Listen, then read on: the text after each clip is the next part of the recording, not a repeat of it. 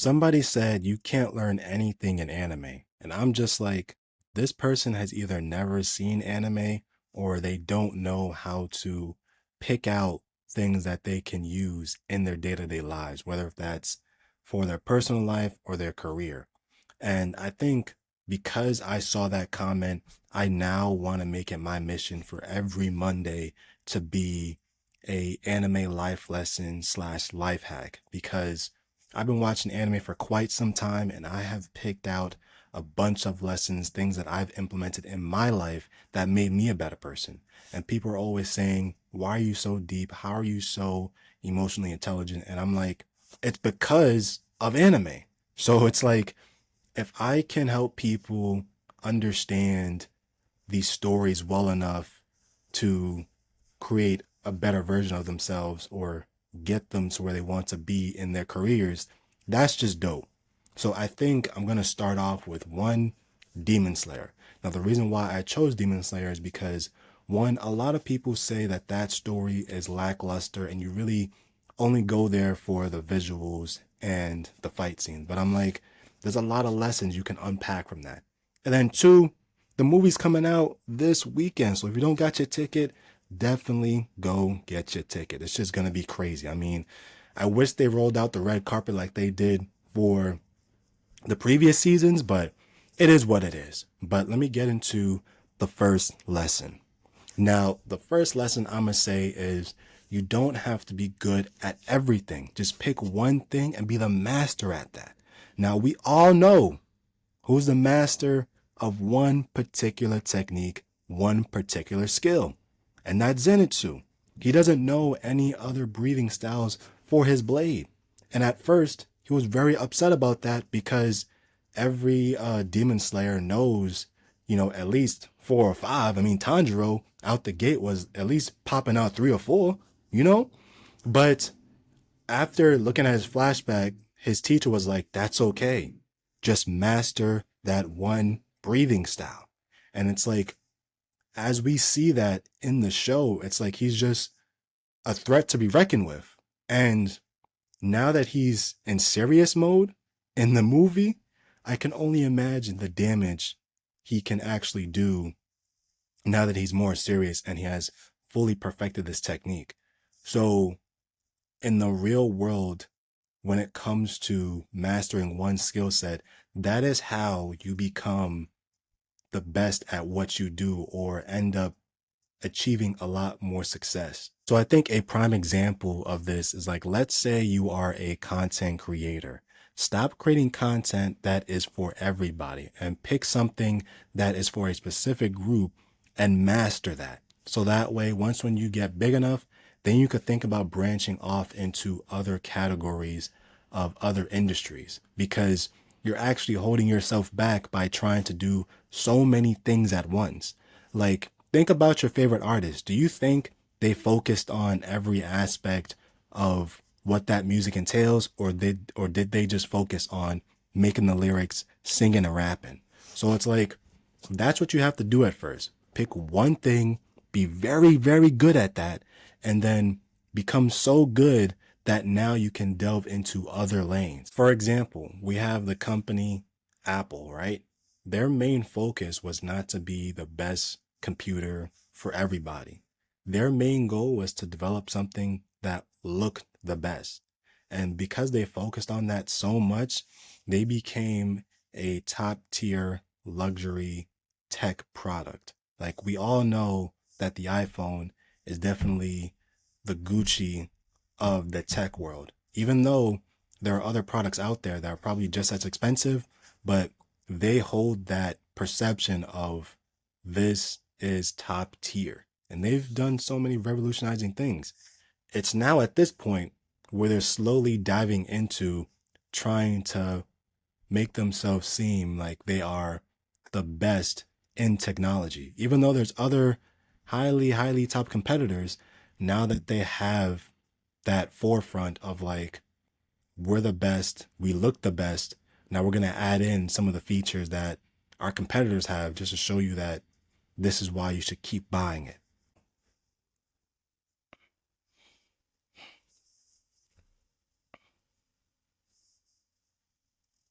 Now, lesson number two. What I'm going to say is that it is better to solve or achieve an objective when you're working with people instead of doing it alone. Now, I know how hard it is to find people who you can trust and who you can like lean on, but that's just how the game is. You have to work towards finding those people. It's not supposed to be easy. If it was, everybody would have loyal people by their side all the time, but that's not the case. A lot of people are more selfish or their perception of life has been skewed in a certain way. So you have to work a little bit harder to find those people. But when you do, it's a wrap. So just like how we saw in what seasons was it? It was the Swordsmith Village arc and the Entertainment District arc. When Tanjiro and the gang was working with the Hashiras, shit got done. I mean, shit was going crazy. And it's like they knew the upper demons or whatever you want to call them. They really had to separate them in order for them to actually do some damage to the demon slayers because they understand their chemistry. They know how to work together. It was just something that they needed to do just to get an edge off of them, which is why Michael Jackson had to separate them and bring them to his turf because there was no way he was coming out of that unscathed. I mean, they had everything planned out from the explosion all the way until the top Hashira dog, the guy that looks blind, was putting in that work. I mean, that show would have been done if it wasn't for Michael Jackson just bringing them to his home turf. I'm going to just leave it at that. To actually transfer it over to our daily lives is that I'm starting to notice a lot of people have this me first mindset where they only focus on themselves without realizing that your life is centered around community, friends, family, belonging, a social dynamic. And when you understand how to harness that, especially to your advantage, you can achieve literally anything you want. But it's because you've been hurt a couple times or you're seeing stuff on social media and TV, you're kind of more guarded. But I think over time, you have to be okay with one, vulnerability, and two, rejection. Sometimes you're not going to get people you want on your side at this moment in time. I believe when you get older, a lot of people or adults think that when it comes to forming relationships, it should be as easy as when we were kids, but that's not the case.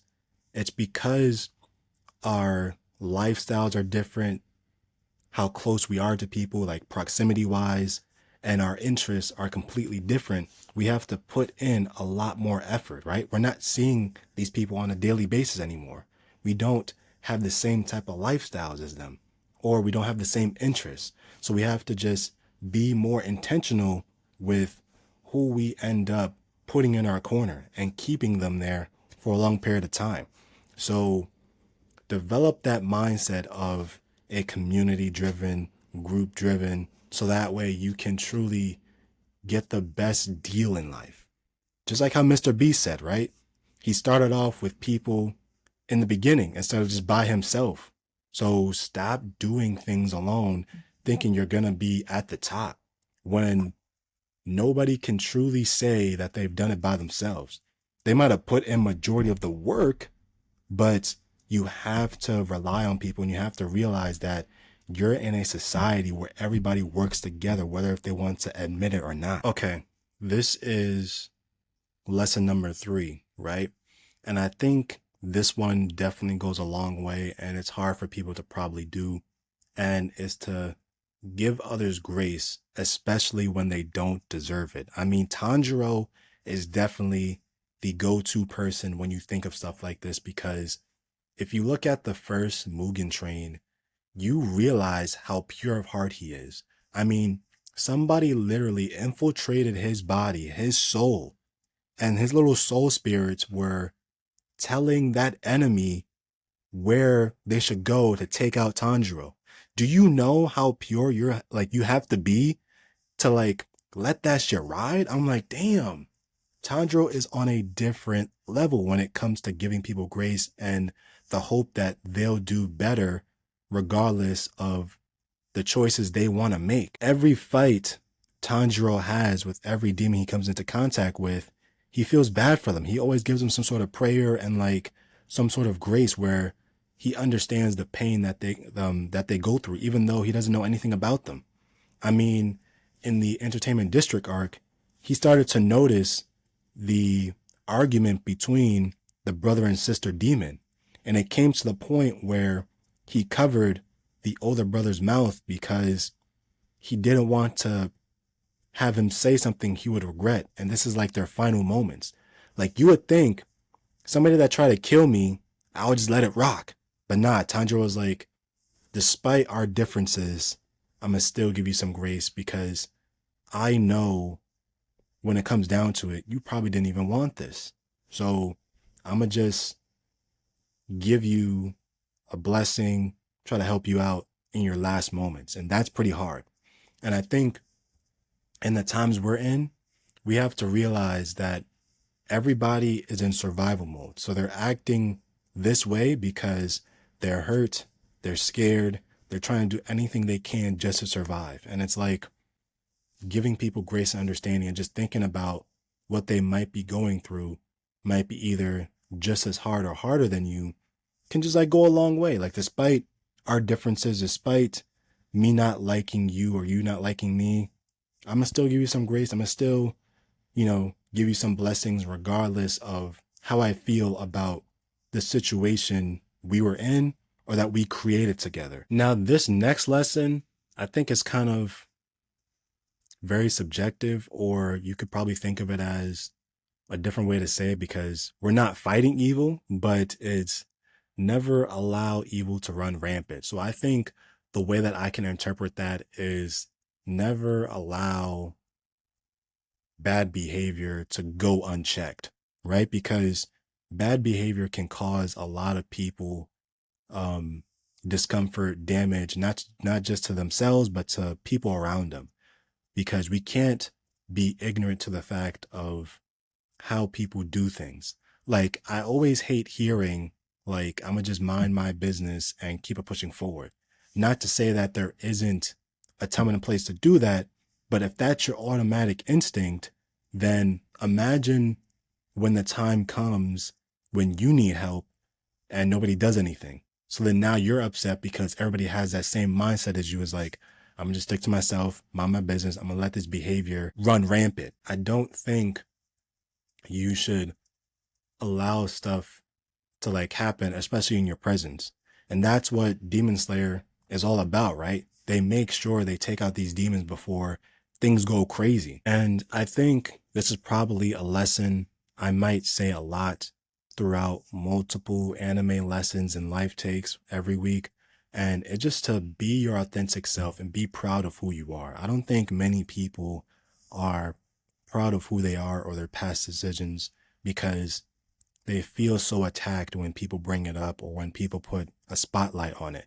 But as you grow up, you start to realize that being who you are and being authentic is how you get the best opportunities. Because, for example, in school, we're kind of taught to follow the crowd, try to fit in, but what are we fitting into?